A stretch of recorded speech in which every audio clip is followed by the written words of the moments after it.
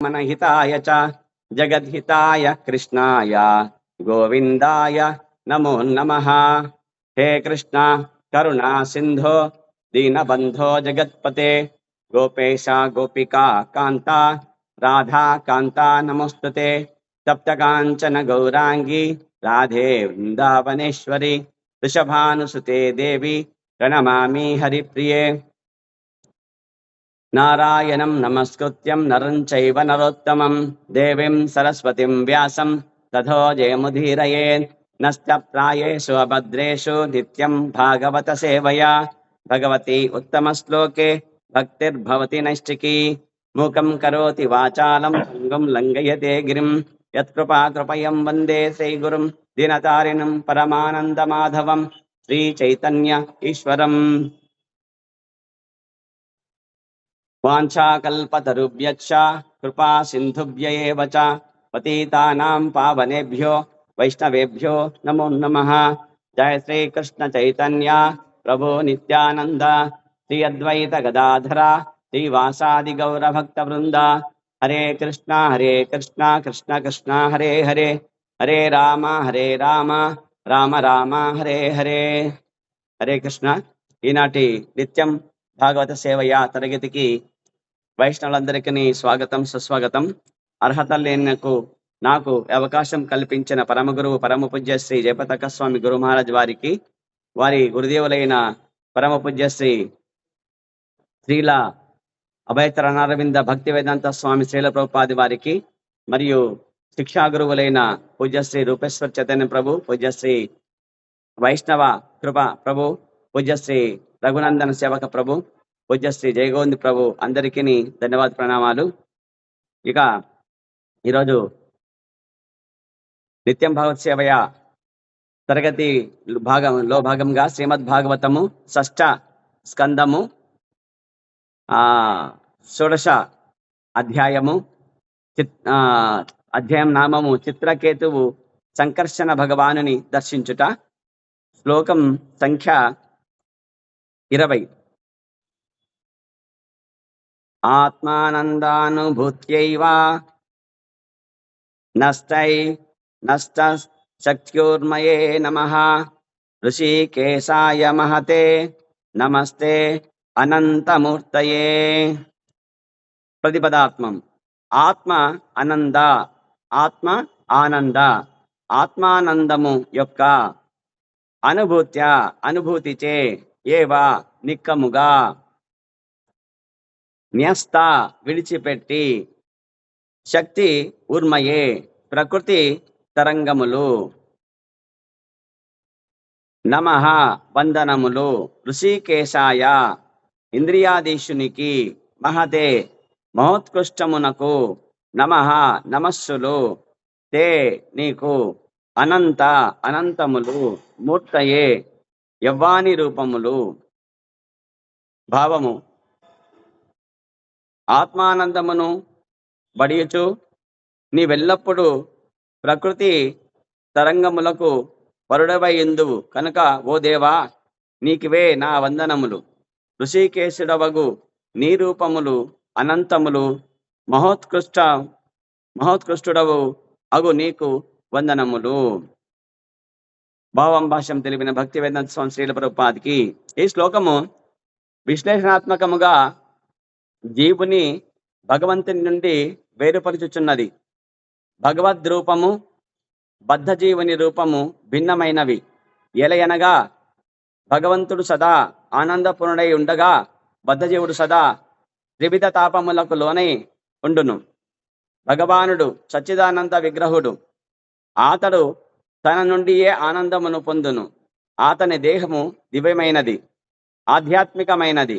కాని బద్ధజీవుడు భౌతిక దేహమును కలిగి ఉన్నందున పలు దైహిక మానసిక కష్టములను కూడి ఉండును।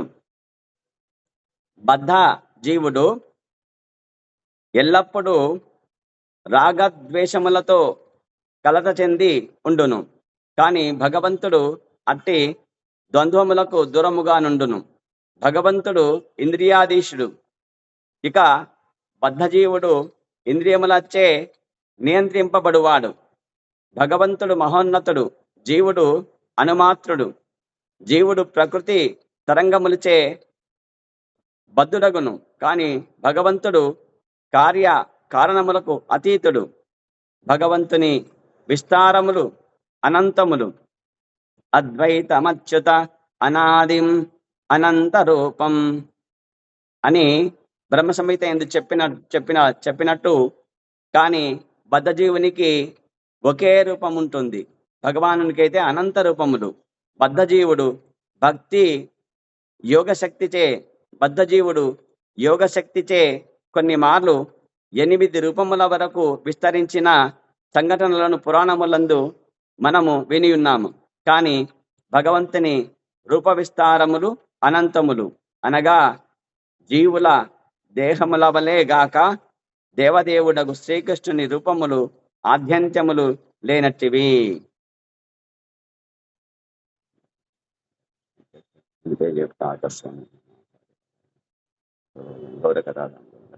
హరే కృష్ణ. ఈరోజు ఈ చిత్రకేతు సంకర్షణ భగవాన్ దర్శించుట అనే ఈ అధ్యాయంలో మరి భగవంతుని ప్రార్థిస్తున్నారు. కాబట్టి భగవంతుడు ఎట్టివారంటే, ఆత్మానందమును బడియుచు నీవెల్లప్పుడూ ప్రకృతి తరంగములకు పరుడవైందువు. ప్రకృతి యొక్క తరంగములు ఏవైతే ఉన్నాయో వాటికి ఆ తరంగముల యొక్క ప్రభావం చేత లోనవకుండా ఉండేవారు ఎవరంటే భగవానుడు. కాబట్టి ఆయన ప్రకృతి తరంగములకు పరుడైన వాడు. అవి ఏదైతే ఉన్నాయో అవైతే అంటే జీవితంలో ఉండే కష్ట సుఖములనే తరంగములు ఏవైతే ఉన్నాయో, సుఖ దుఃఖములనే తరంగములు ఏవైతే ఉన్నాయో, ఆ ప్రకృతి వల్ల ఆ త్రిగుణముల వల్ల ఏర్పడేవి ఏవైతే ఉన్నాయో ఎల్లప్పుడూ ఆ ప్రకృతి తరంగాల ప్రభావానికి ప్రభావితుడు కాని వారు. కాబట్టి ఆత్మానందమును పడిచి ఉంటాడు ఆయన. ఎవరు? భగవానుడు. మనమైతే గనక మరి సుఖ దుఃఖాలు అంటే ఆనందము కొంతసేపు ఉంటుంది, కష్టాలు మరి దుఃఖం ఎక్కువసేపు ఉంటుంది. దానికి ప్రభావం ఏంటంటే ప్రకృతి యొక్క తరంగముల ప్రభావానికి లోనై ఉన్న వాళ్లకు ఈ విధంగా ఉంటుంది అని చెప్పేసి ఇక్కడ చెప్తున్నారు.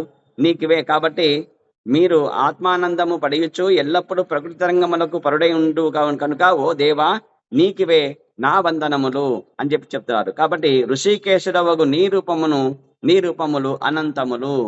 కాబట్టి ఋషికేన అంటే ఇంద్రియములు. కాబట్టి ఆ ఋషికములు ఏవైతే ఉన్నాయో వాటికి ఈశ్వరుడు ఎవరంటే ఆధీనుడు, అంటే అతన్ని నియంత్రించేవాడు ఎవరంటే గనక భగవానుడు. కాబట్టి ఋషికేశుడు అని చెప్పి అంటారు శ్రీకృష్ణ భగవానుని. కాబట్టి ఋషికేశుడవగు నీ రూపములు అనంతములు. ఎన్నెన్నో రూపాలలో మీరు అవతరిస్తూ ఉంటారు. మరి ధర్మానికి గ్లాని కలిగినప్పుడు అధర్మాన్ని నశింపజేసి మరి దుర్మార్గులను నిర్జించి మరి భక్తులను మరి కాపాడడానికి వాళ్ళతో లీలలు చేస్తూ ఉంటారు. కాబట్టి భాగవతులతో కలిసి మీరు లీలలు చేస్తూ ఉంటారు. కాబట్టి ఆ విధంగా మీకు అనంతమైన రూపములు అని చెప్పేసి చెప్తున్నారు. మహోత్కృష్టుడవగు నీకు వందనములు. కాబట్టి భగవంతుడు చాలా మహోత్కృష్టుడు, మహత్యము కలవారు. ఇంకా భాష్యం ప్రభుపాద చెప్తున్నారు, ఈ శ్లోకము విశ్లేషణాత్మకముగా జీవుని భగవంతుని నుండి వేరుపరుచుతున్నది.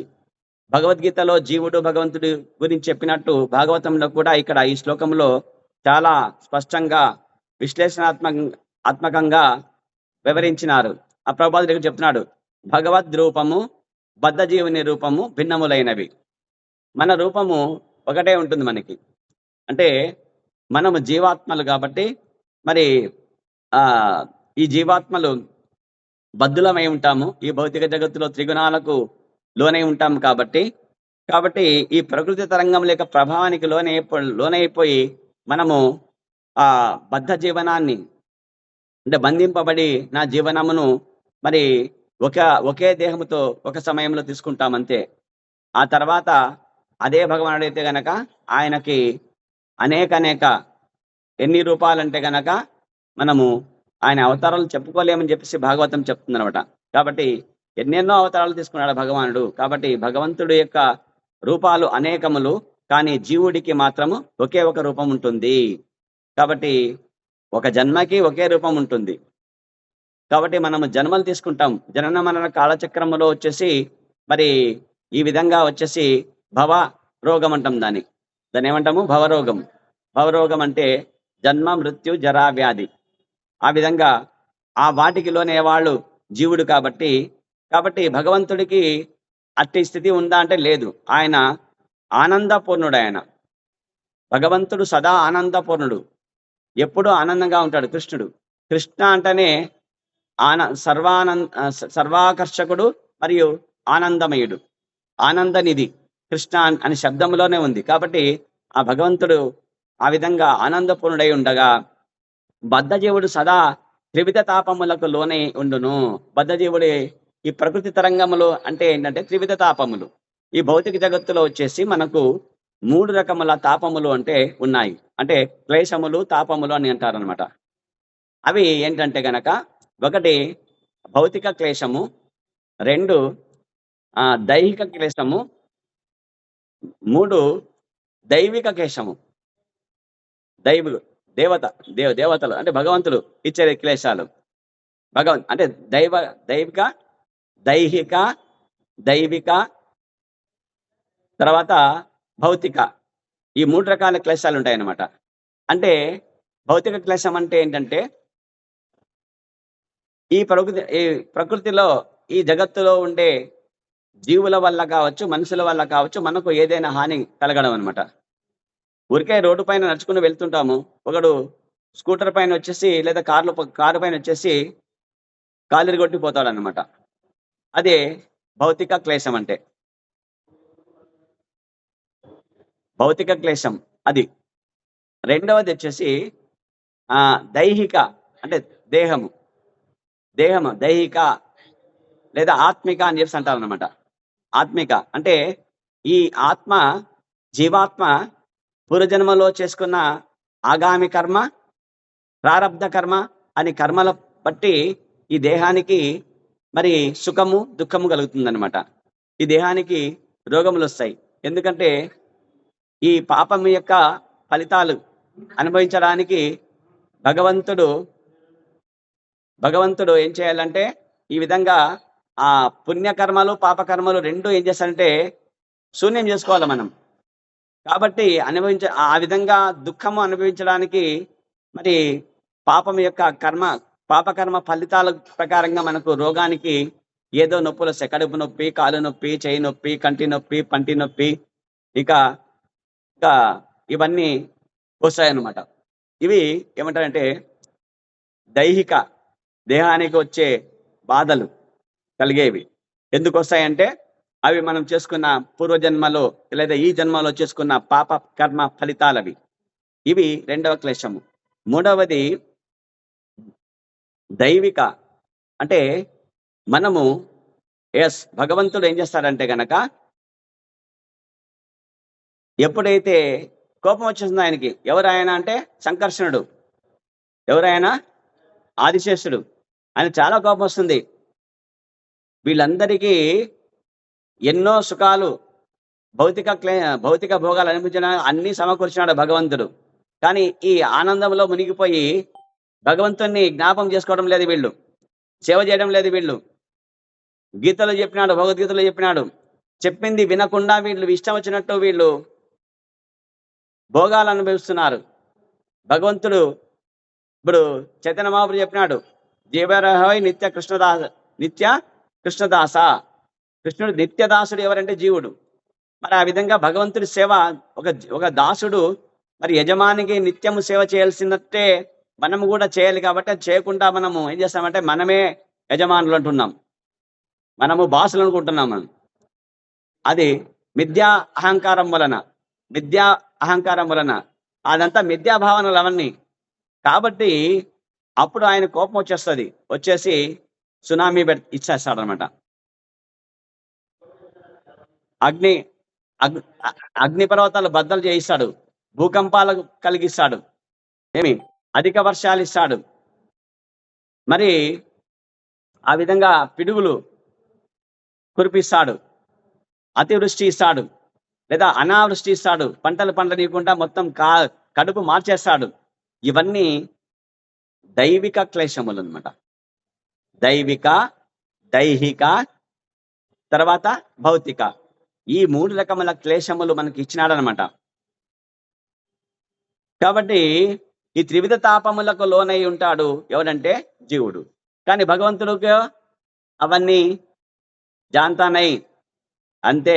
ఆయన నియంత్రిస్తాడు ఆ ప్రకృతిని, ఈ క్లేశాలు నియంత్రిస్తాడు ఆయనే. కాబట్టి ఆయన ఆనందపూర్ణుడు. ఆయన భగవానుడు సచ్చిదానంద విగ్రహుడు. ఆయన శరీరం మనలాంటి శరీరమా? మాంసము కదా, నెత్తురు, తర్వాత చీము, తర్వాత నరములు, కండరములు, ఎముకలు, ఈ చర్మము, ఇవన్నీ కలిగి ఉండేవి భౌతికమైనవి. అవి పంచమహాభూతములతో ఏర్పడినవి మనవి, మన దేహంలో ఉండే ఈ దేహము. కాబట్టి ఆయనది అటువంటిదే అంటే కాదండి. ఆ భగవంతుడిది సచ్చిత్ ఆనంద స్వరూపము, సత్యమైనది. మనది అసత్యం. మనది ఇప్పుడు ఉంటుంది, కొన్నాళ్ళ తర్వాత ఇది ముసలి అయిపోతుంది. అప్పుడు ఈ దేహం ఏమైపోతుంది? నశిస్తుంది అనమాట. జీవుడు బయటికి వెళ్ళిపోతే లోపల పెట్టేస్తారు, గుద్దలో పూర్తి చేస్తారు, లేదా కాల్ చేస్తారు, అంతే ఈ దేహాన్ని. కాబట్టి ఇది ఆయనదో సత్యమైనది. కాబట్టి ఆ విధంగా చిత్ అంటే జ్ఞానం పూర్ణమైనది ఆయనది. మనకు జ్ఞానం ఆయన ఇస్తేనే జ్ఞానం, లేకపోతే మనకు జ్ఞానమే లేదు. ఆ తర్వాత ఆ ఆనందము, ఆయన ఆనంద నిధి. ఆయన అంటే ఆనంద సాగరం అంత ఆనందం ఉంటుంది. మనకు ఆ సాగరములో నీటి పొట్టంత ఆనందం కూడా ఉండదు మనకి. కాబట్టి ఈ విధంగా ఉంటుందని చెప్తాడు అన్నమాట ప్రభుపాదుడు. అతడు తన నుండి ఆనందమును పొందును. భగవంతుడికి ఎవరైనా వచ్చి సేవ చేస్తేనే ఆనందమా అంటే లేదు. ఆయనే ఆత్మారాముడు. ఆయనకు ఆనందముని పొందుతూ ఉంటాడు, అంతేకాని ఒకరి వల్ల ఆనందం ఆయనకి రాదు. లక్ష్మీదేవితో పాటే వస్తుంది ఆయనకి ఆనందం అంటే లేదు. కాకపోతే వీళ్ళు చేసే ప్రేమతో భక్తితో సేవ చేస్తే అప్పుడు ఆయన సంతోషపడతాడు, అంతే. వెరీ గుడ్ అంటారు అన్నమాట. గుడ్ బాయ్, గుడ్ గర్ల్ మీరు అని చెప్తారనమాట. కాబట్టి ఆ విధంగా వచ్చేసి కానీ ఆధ్యాత్మికమైనది భగవంతుడి దేహము, దివ్యమైనది ఆయనది. మనలాంటి దేహం కాదు, అది ఆధ్యాత్మికమైనది. అది మనది భౌతిక దేహం. మనది భౌతిక పదార్థాలు ఏదైతే ప్రకృతిలో ఉండే పంచమహాభూతములతో ఏర్పడింది కాబట్టి మనది భౌతిక దేహము, ఆయనది ఆధ్యాత్మిక దేహము, మహోత్కృష్టమైన దేహం ఆయనది. కానీ బద్ధజీవుడు భౌతిక దేహమును కలిగి ఉన్నందున పలు దైహిక, మానసిక కష్టములను కూడి ఉండును అంటాడండి ఇక్కడ ప్రభుపాద చెప్తున్నాడు. దైహిక కాబట్టి దేహం సంబంధించి, దేహంలో ఏముంది? మనసు ఉంది. ఆ మనసు ఏం చేస్తుంది? పాపం బుజ్జిముండా, దానికి ఇష్టమైనదే ఎవరైతే తనకు నచ్చుతారో వాళ్ళతో ఉండాలని అనిపిస్తుంది. దానికి ఇష్టం లేని వాళ్ళతో ఉండమంటే ఉండదనమాట. అది దానికి దుఃఖం అనమాట. ఆ విధంగా వస్తుందన్నమాట. ఎవరు నీకు ఇష్టము, ఎవరు నీకు శత్రువులు, ఎవరు నీకు మిత్రులు? నీ మనసే నీకు శత్రువు, నీ మనసేకి నీకు మిత్రుడు. నీవు గనక ఆ విధంగా ఆ విధంగా అనుకోకపోతే గనక, ఆ విధంగా అక్కడ మనము అంతా మన వాళ్ళే అంటే గనక మనకి కష్టాలే ఉండవు. కాబట్టి ఆ విధంగా మనసు అనే మానసిక కష్టములు, దైహిక దేహం నుంచి వచ్చే కష్టాలతోటి కూడి ఉంటాయి. ఆయనది భౌతిక దేహం కాబట్టి అని ప్రభుపాదులు ఇక్కడ చెప్తున్నారు. కానీ భగవంతుడు అట్టి ద్వంద్వములకు దూరముగా ఉండును. రాగద్వేషాలు ఉంటాయి, ఎప్పుడు కలతతో ఉంటాడు. ఎవరు? బద్ధజీవుడు. ఏవేవి ఉంటాయి ఆయనకి? రాగము అంటే ఏమి? ఇష్టం అనమాట. రాగం అంటే ఏమి? ఇష్టం. అనురాగం అంటాం కదా, అంటే ఎక్కువగా ఇష్టం అనమాట. అనురాగం, నీవంటే నాకు అనురాగము అంటే తల్లి కొడుకు పట్ల అనురాగం కలిగి ఉంటుంది, ప్రేమ. నా కొడుకు అని చెప్పేసి ప్రేమ ఉంటుంది. ఇంకోటి ద్వేషము. కాబట్టి రాగద్వేషములతో కలత చెంది ఉంటాడు బద్ధజీవుడు. ఎల్లప్పుడూ ఉంటాడు, ఎల్లప్పుడూ ఏదో ఒకటి ఉంటుంది. ఎల్లప్పుడూ ఏదో అంటే రాగం ఉన్నప్పుడు సంతోషంగా ఉంటాడు. ద్వేషం ఉన్నప్పుడు కాలిపోయి దుఃఖిస్తుంటాడు. అంటే ఏమి తనకు తానే కాల్చుకుంటాడు అంతే. కాబట్టి ఆ విధంగా రాగద్వేషములతో కలత చెంది ఉంటాడు. ఏదో మనసులో ఎప్పుడూ ఒకటి కలత లేకుండా మనసు ఉంటుందా అంటే ఉండదు, అసలు ఉండదు. కాబట్టి కానీ భగవంతుడు అట్టి ద్వంద్వములకు దూరముగా ఉండును. ఆయన భగవంతుడికి అన్ని అంతా ఒకటే ఆయనకి.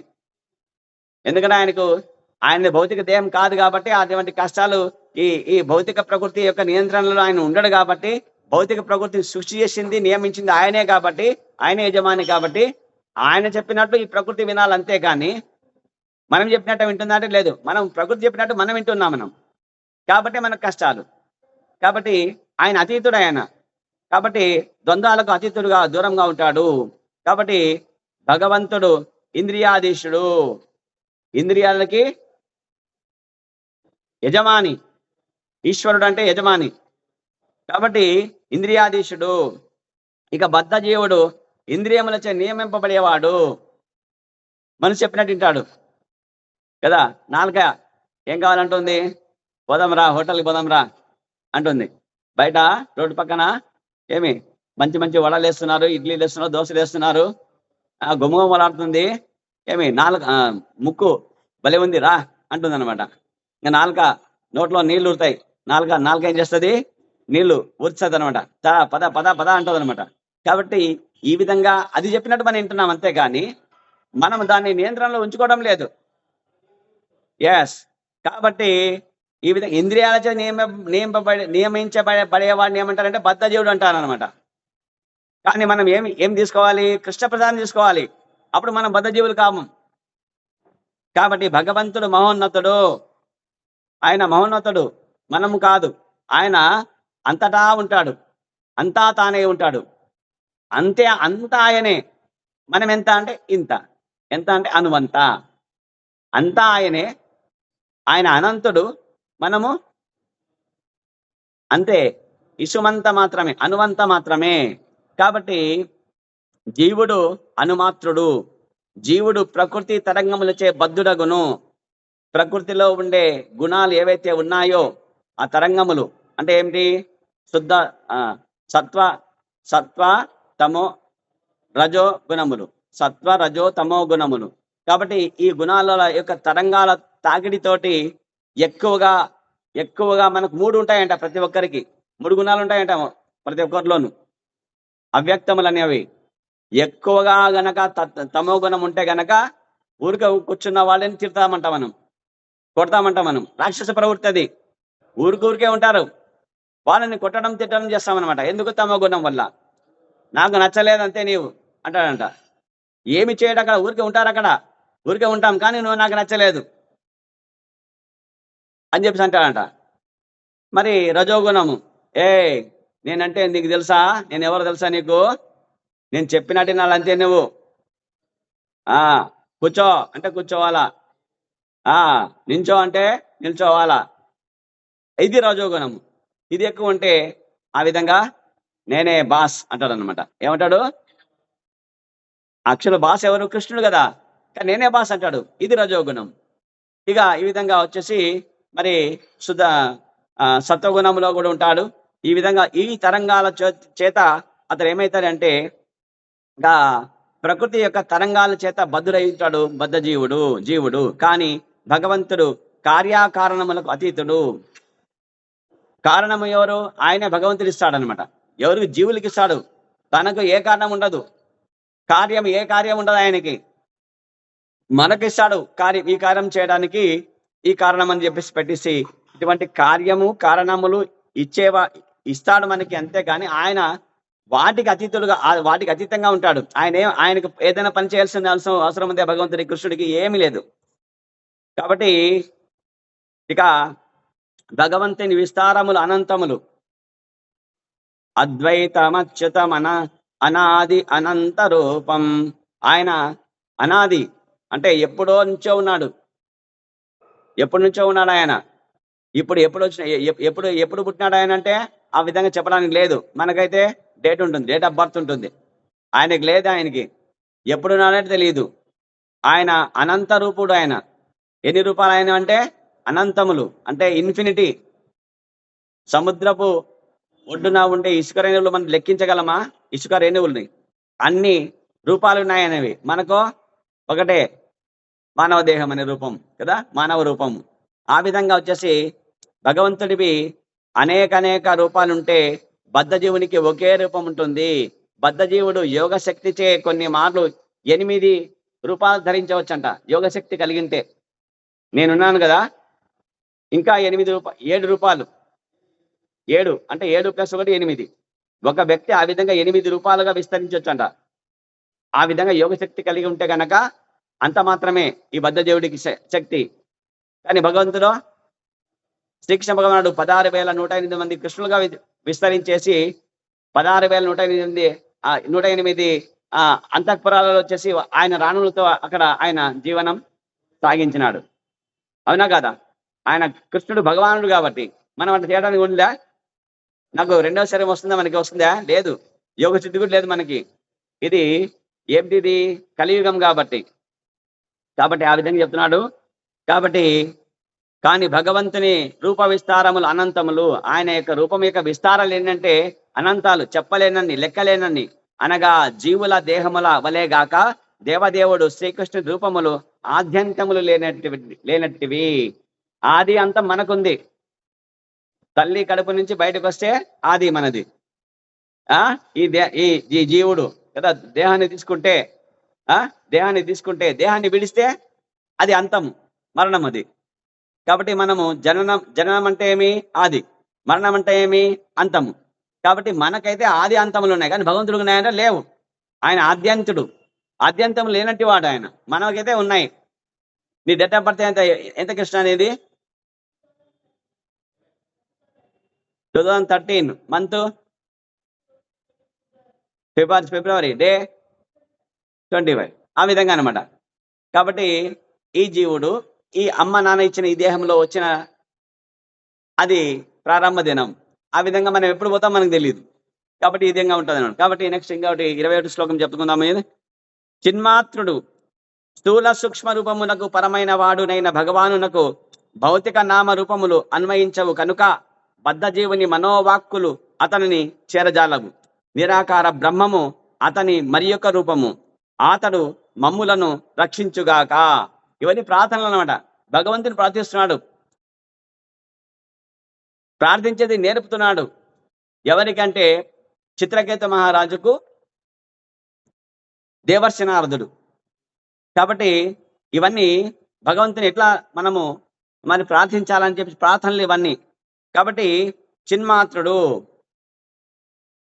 ఎవరు? భగవానుడు. తర్వాత స్థూల సూక్ష్మ రూపములకు పరమైన వాడు.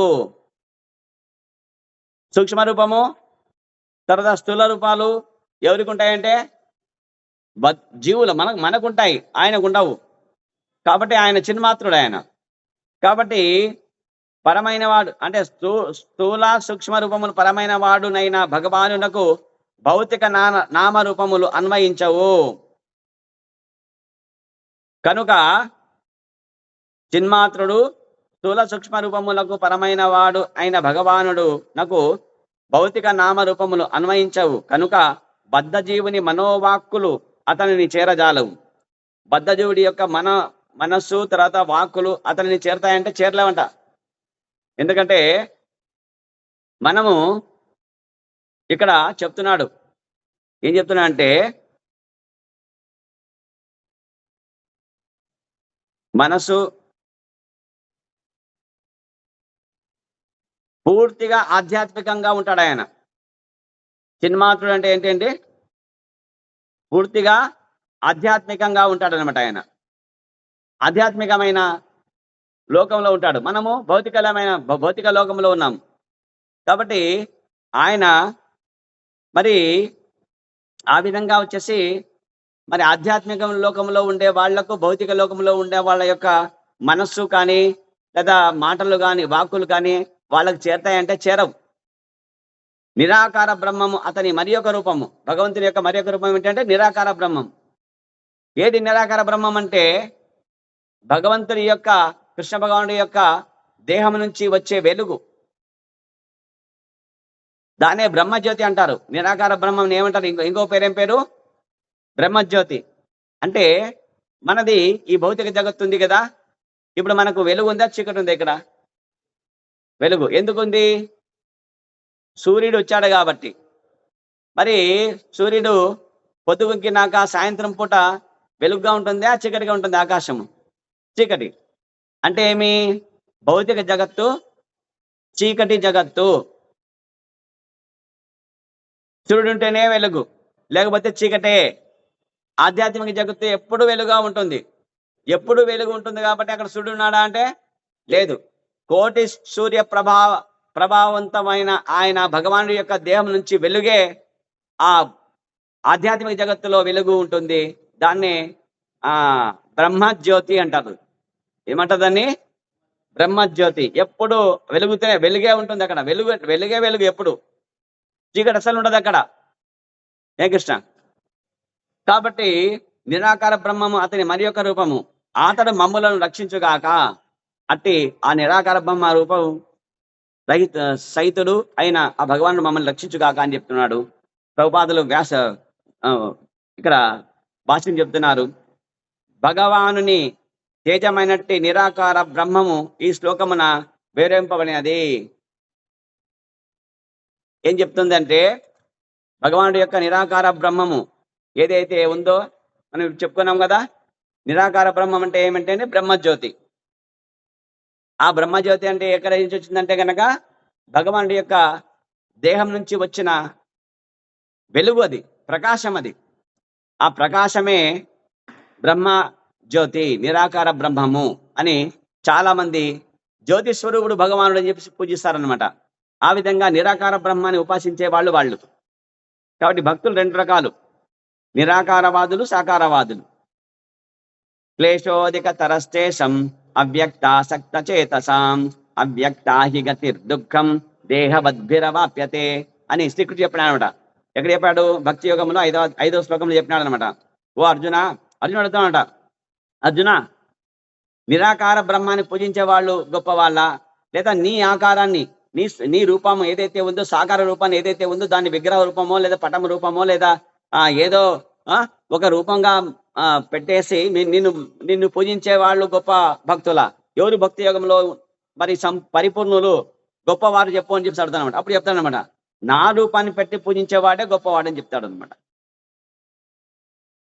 కాబట్టి ఇది నిరాకార బ్రహ్మము అంటే బ్రహ్మజ్యోతి. అంటే ఆ వెలుగు కూడా ఎవరిది? భగవంతుడిదే. అది కూడా ఎవరంటే వేరు కాదు, భగవంతుడే అది కూడా.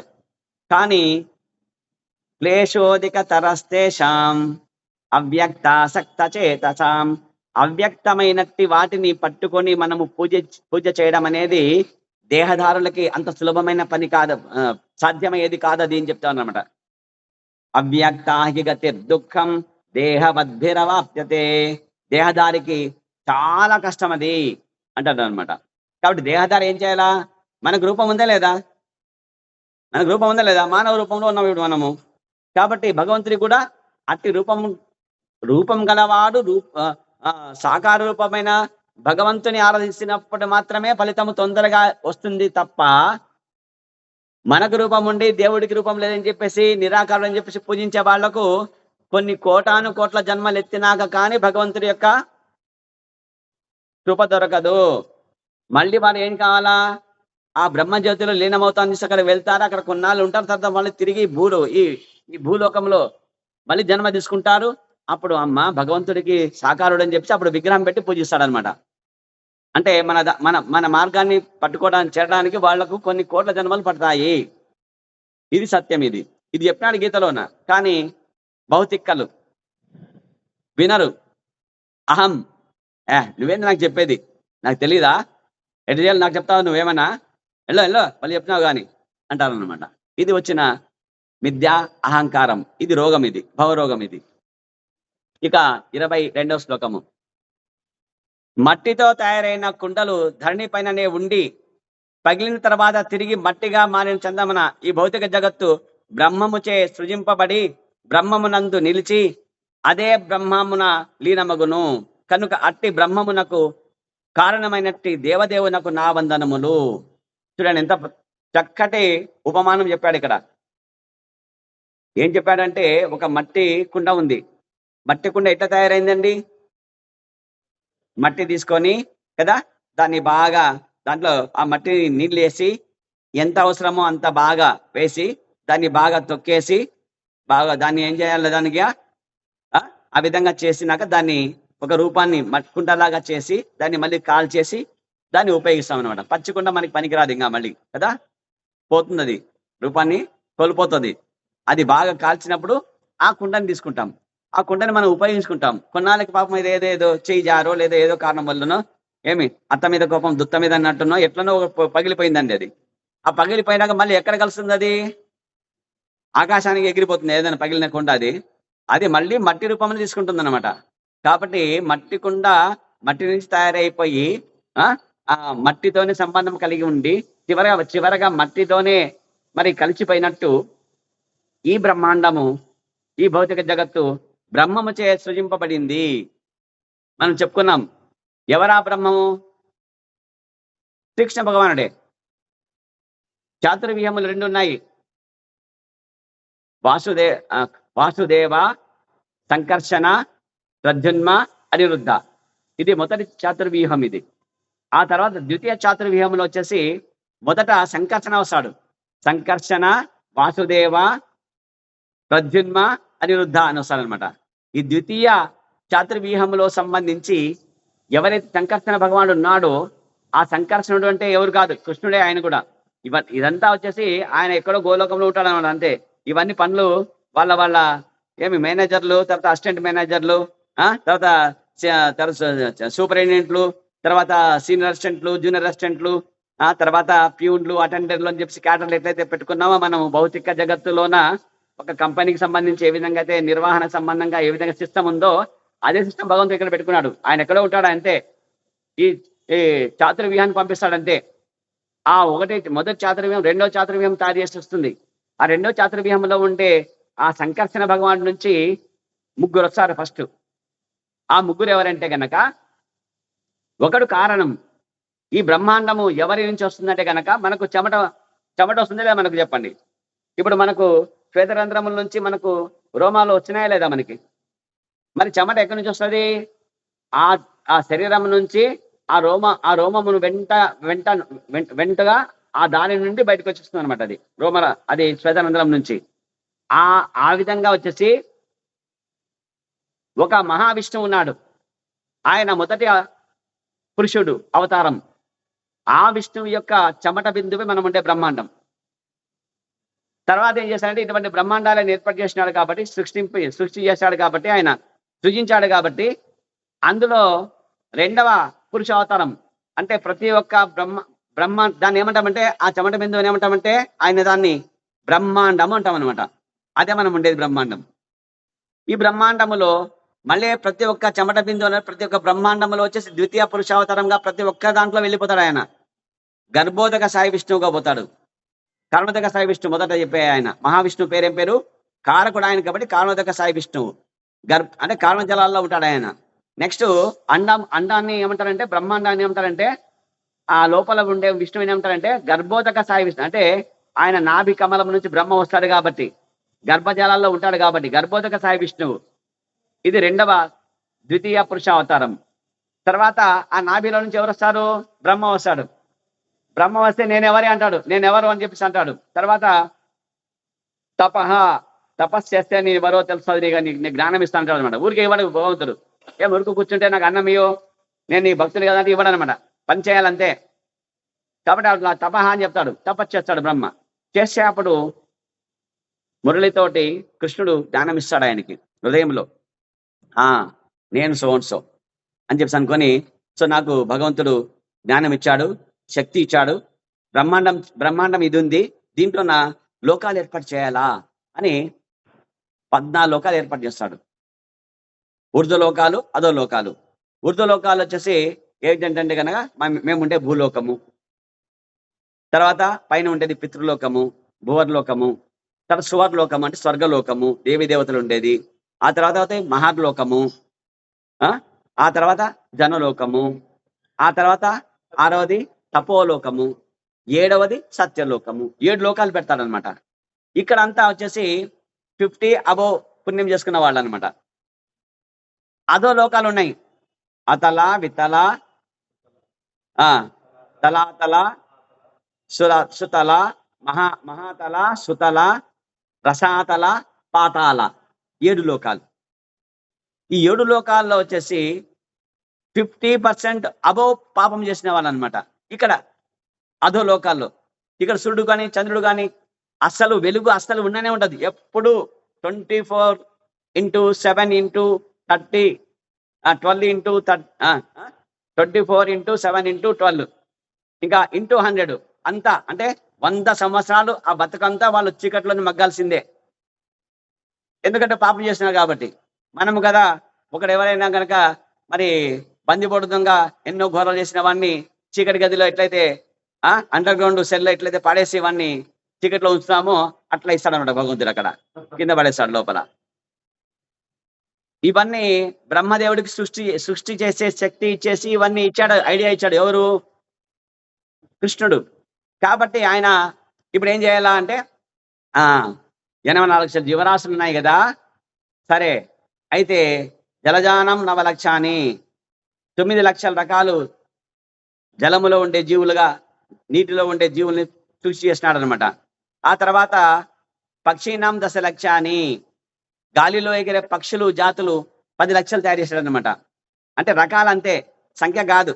10 లక్షల పక్షులను కాదు, ఒక్కొక్క రకానికి మరి లక్షలలో ఉంటాయి, మళ్ళీ వేలు లక్షల్లో ఉంటాయి, లక్షల కోట్లలో ఉంటాయి. అది వేరే విషయం, పక్కన పెట్టేసేయండి. తర్వాత క్రిమయో రుద్ర సంఖ్య అని, అంటే క్రిములు అంటే రెక్కలు లేనివి. ఏవైతే పురుగుకి రెక్కలు లేదో దాన్ని ఏమంటారు? క్రిమి అంటారు. దాని రెక్కలు వస్తే కీటకాలు అంటారు. ఇటువంటివి వచ్చేసి క్రిమి కీటకాలని 11 లక్షలు చేసినాడంట, రకాలు చేసినాడంట బ్రహ్మ. ఆ తర్వాత స్థావరానం అంటే చెట్లు అంటే మొక్కలు, లతలు, తీగలు, ఇవన్నీ మహావృక్షములు, వటవృక్షం లాంటి జాతులు వచ్చేసి మొత్తము 20 లక్షలు చేసినాడంట. కాబట్టి 9 + 10 19 + 11 30 30 + 20 50. పశువునాం 30 లక్షతి జంతువులు 30 లక్షలు చేసినాడంట. మొత్తం 80 లక్షలు అయినాయి. ఆ తర్వాత ఈ 80 లక్షల జీవరాశులన్నీ ఆయా 14 లోకాల్లో ఎక్కడెక్కడ ఏదైతే అవసరమో ఆ క్రిమి కీటకాలుగా వచ్చేసి పాతాళం అధో లోకాల్లో ఇస్తాడనమాట, జన్మ ఇస్తాడనమాట. ఆ పాపాలను బట్టి దేహాలు ఇస్తాడు. అవన్నీ డ్రెస్సులు అనమాట. ఇదేమిది? ఇది రంగస్థలం. ఇది ఈ భౌతిక జగత్తు 14 లోకాలని ఏం తెలుసా? రంగస్థలం ఇది. ఇక్కడ మనకు పాత్ర ఇచ్చినాడు కృష్ణుడు. అంటే మన స్థాయిని బట్టి నువ్వు కృష్ణుడు వేషం వేస్తావా? తీసుకో కృష్ణ డ్రెస్సు. నువ్వు రాముడు వేషం వేస్తావా? అంటే మనం నాటకాలు వేస్తాం కదా, రాముడు లేదా తర్వాత హనుమంతుడు, లక్ష్మణుడు, సీత అని చెప్పేసి ఎట్లయితే వేషాలు వేస్తామో అట్లా ఇక్కడ భగవంతుడు మనకి ఏం చేయాలంటే మనిషి డ్రెస్ ఇస్తున్నాడు. ఇప్పుడు నాకు నేను ఏ డ్రెస్లో ఉన్నా? ఇప్పుడు నేను జీవాత్మ, నేను మానవుడు. మనిషి డ్రెస్ ఇచ్చినాడు అనమాట. మనిషిలో మగ మనిషి డ్రెస్సు, ఆ మాతాజీకి ఆడ మనిషి డ్రెస్సు. ఆ విధంగా కోతి డ్రెస్ ఇస్తాడనమాట. ఎందుకంటే పాపం చేసినాడు. కుక్క డ్రెస్ ఇస్తాడు కొంతమందికి, ఆ జీవులకి వాళ్ళ యొక్క పాప పుణ్య ఫలితాలను బట్టి డ్రెస్సులు ఇస్తున్నాడు మనకి. ఇది నాటక రంగం. ఇది ఈ భౌతిక జగత్ అంతా ఏమి నాటక రంగము. నువ్వు బాగా పుణ్యం చేసినావు అనుకో, స్వర్గలోకములో దేవతా డ్రెస్ ఇస్తాడు, దేవతా దేహం ఇస్తాడు. ఇంకా నీకు అది డ్రెస్. అది ఈ విధంగా వచ్చేసి మనకు ఈ రంగస్థలము ఈ 14 లోకాల్లో వచ్చేసి వాళ్ళ యొక్క అర్హతని బట్టేసి ఎట్లయితే మనం పాత్రలు ఇస్తామో, నువ్వు డైలాగులు బాగా చెప్తావు, నువ్వు కృష్ణుడుగా ఉండు అని చెప్పేసి అనమాట. కాబట్టి ఆ విధంగా ఎట్లయితే మనం నాటక రంగం, ఎట్లయితే మన నాటకాలు మన భౌతిక జగత్తులో ఎట్లయితే చేపిస్తామో, డ్రామాలు, సినిమాలు, ఎట్లయితే సీరియళ్ళు ఎట్లయితే చేస్తామో, అట్లా భగవంతుడు బ్రహ్మ చేత ఇవన్నీ చేపించినాడు అనమాట. చేపించినాక అంతా చేసినాడు. ఇవి మనుష్యానాం 4 లక్షతి అంటే ఎవరు? మానవులు ఒకటైనా? మానవులు, దానవులు, యక్షులు, రాక్షసులు, గంధర్వులు, కిన్నరులు, కింపురుషులు, విద్యాధరులు, చానురులు, వీళ్ళంతా కలిసి వచ్చేసి 4 లక్షల రకాలు. వీళ్ళు కూడా మనుషులే, మనలాగా 2 చేతులు అవన్నీ ఉంటాయి. కాకపోతే ఎక్కువ శక్తి ఉంటే 4 చేతులు ఉంటాయి, 6 చేతులు ఉంటాయి, 3 తలలు ఉంటాయి, 4 తలలు ఉంటాయి, 6 తలలు ఉంటాయి, ఇవన్నీ ఉంటాయి. ఆ శక్తిని బట్టి వాళ్ళు చేసే పుణ్యాన్ని, ఫలాన్ని బట్టి ఆ విధంగా ఉంటాయి అనమాట. ఇవన్నీ డ్రెస్సులే. ఇవన్నీ ఎక్కడి వరకు? బ్రహ్మలోకం ఉండే సత్యలోకం వరకు ఇవన్నీ డ్రెస్సులే. ఇవంతా భౌతిక జగత్తే. ఇదంతే. ఇది మనకంటే శక్తివంతులు అంతే. మన కేటగిరీ వాళ్ళు కూడా. మనము లో గ్రేడ్ లో ఉన్నాము. ఏమి చిన్న ర్యాంక్ మనది, వాళ్ళది టాప్ ర్యాంక్. బ్రహ్మదేవుడి దగ్గర ఉండాలంటే, పోవాలంటే ఏమి కావాలా? టాప్ ర్యాంక్ రావాలా? ఎస్, మనది లాస్ట్ ర్యాంక్ మనది. పల్లెవేలకు బస్సు మాది. కాబట్టి వాళ్ళది గరుడ ఏసీ స్లీపర్ కోచ్ వాళ్ళది అట్లా అనమాట. కాబట్టి ఆ విధంగా వచ్చేసి ఏర్పాటు చేసినాడు. అన్ని జీవులు సృష్టి చేసినాడు బ్రహ్మ. చేస్తే ఎవరు కదలడం లేదు, అందరూ బొమ్మలా ఉండేవారు, ఇట్లానే ఉన్నారు. బ్రహ్మదేవుడు అన్నాడు, ఏం కృష్ణ ఇట్లా చేసినావు, నువ్వు చెప్పినట్టు చేసినావు కదా, మరి ఎందుకు వీళ్ళంతా కదలడం లేదని చెప్పేసి మళ్ళీ బాధపడుతుంటే కృష్ణుడు ఎవరైతే సంకర్షణుడు ఉన్నాడు కదా, ఆ సంకర్షణుడు ఎవరు, మహావిష్ణువు అని చెప్పి ఫస్ట్ రూపాన్ని తీసుకున్నాడు కదా, ఆ మహావిష్ణువే కర్ణుదక సాయి విష్ణువు. అండ్ ఆయన యొక్క దేహం నుంచి రోమకుపంలో నుంచి అంటే శ్వేతరంధ్రాల నుంచి రోమకుపంలో బ్రహ్మాండం వచ్చింది కదా, ఆ కర్ణుదక సాయి విష్ణువు ఆయన. రెండవ ఆయన మరి తనే మరి ప్రతి ఒక్క బ్రహ్మాండంలో దాని ఆ శ్వేత బిందువుని ఏమన్నాడు, బ్రహ్మాండం అని చెప్పినాడు. ఆ బ్రహ్మాండాన్ని లోపల మరి గర్భోదక సాయి విష్ణువు ప్రవేశించాడు కదా, ఆయన నాభి కమలంలో బ్రహ్మ వచ్చినాడు కదా, సృష్టి చేసినాడు కదా, రెండవ అవతారం. తనే ఆ సంకర్షణ భగవానుడే మూడవ అవతారం తీసుకున్నాడు అనమాట. అదేంటంటే పాల సముద్రం ఉన్నాడు క్షీరోదక సాయి విష్ణు, క్షీరం అంటే పాలు, పాల కడలో విష్ణువు, క్షీరోదక సాయి విష్ణువు తీసుకొని ఆ విష్ణువే ప్రతి ఒక్కరి హృదయంలో ప్రవేశించినప్పుడు మనకు అప్పుడు కళ్ళు ఇట్లా చూడగలిగినాయి. అప్పుడు కళ్ళు ఉన్నాయి కానీ కళ్ళు చూడలేదు, కళ్ళకు చూసే శక్తి లేదు. చెవులు బాగా వినబడుతున్నాయి, బాగా గంధం వాసన బాగా చూడగలుగుతుంది, నాలుక మాట్లాడగలుగుతుంది, చెయ్యి కదలగలుగుతుంది, కాళ్ళు నడుస్తున్నాయి. అప్పుడేమో బొమ్మలాగా ఉన్నాయి అనమాట. కాబట్టి ఈ చిరుదక సాయి విష్ణు ఎవరైతే హృదయస్థ పరమాత్మగా మనకు లోపల వచ్చినప్పుడు మాత్రమే మనకు చైతన్యం వచ్చేసింది. ఇది ఈ విధంగా వచ్చేసి బ్రహ్మాండము సృష్టి చేసింది ఎవరంటే భగవానుడే. ఎవరు? కర్ణోదక సాయి. ఎవరు కారకుడు? ఆయన కర్ణోదక సాయి విష్ణువు. తర్వాత ఆ బ్రహ్మాండంలో గర్భోదక సాయి విష్ణువు. ఆ తర్వాత ప్రతి జీవుడి యొక్క హృదయంలో చిరుదక సాయి విష్ణువు అంతర్యామి అంటారు. అందరికీ శ్రీహరి అంతరాత్మ అన్నమాచార్య చెప్పలేదా? కాబట్టి అందరికీ శ్రీహరి అంతరాత్మ. శ్రీహరి అంటే ఆయనే గర్భోదక సాయి విష్ణువు. కాదు క్షీరోదక సాయి విష్ణువు ఇక్కడ ఉంటాడు అనమాట. మన అందరికీ ఉంటాడు, చీమలో ఉంటాడు, బ్రహ్మలో కూడా ఉంటాడు ఆయన. కాబట్టి ఈ విధంగా ఏర్పాటు చేసిన కదా, ఓ దేవా నువ్వు కాబట్టి బ్రహ్మాండం సృజించితివి, తర్వాత బ్రహ్మాండం నందు నిలిచినాడుగా ఆయనే ఉన్నాడు కదా, బ్రహ్మాండంలో ఆయనే సృజించినాడు. ఎవరు? కర్ణోదక సాయి విష్ణువు. అందులో ప్రవేశించినాడు గర్భోదక సాయి విష్ణువు. నిలిచినావు. అదే బ్రహ్మాండం నువ్వు లీనం చేసేటివి. ఏమైపోయింది?